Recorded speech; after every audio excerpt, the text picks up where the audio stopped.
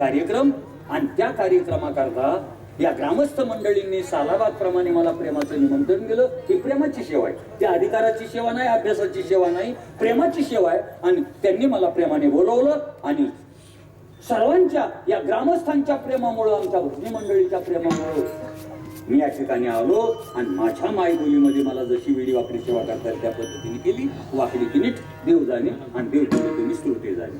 झालेली सेवा परमात्म्याच्या चरणी समर्पित करू.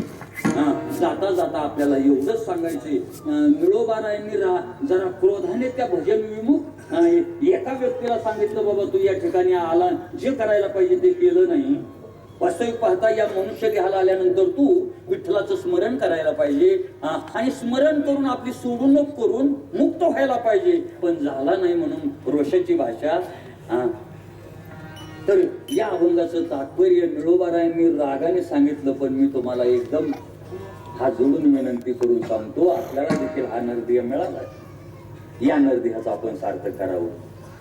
आतापर्यंत कोणाला समजलं नसेल, दिलं आयुष्य, चुका होतात, पण चुका झाल्या, चुकत नाही तो देव असतो. आपल्याकडून चुका झाल्या, पण आता याच्या पुढचं राहिलेलं आयुष्य मी चांगल्या पद्धतीने प्रभू स्मरणात घालवणार.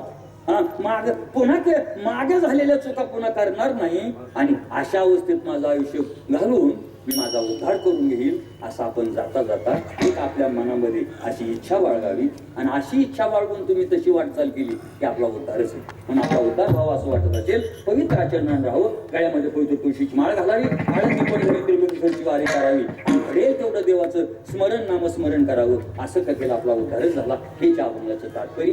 माझी सेवा समाप्त झाली. या ठिकाणी माझी सेवा समाप्त झाली. तुम्ही या ना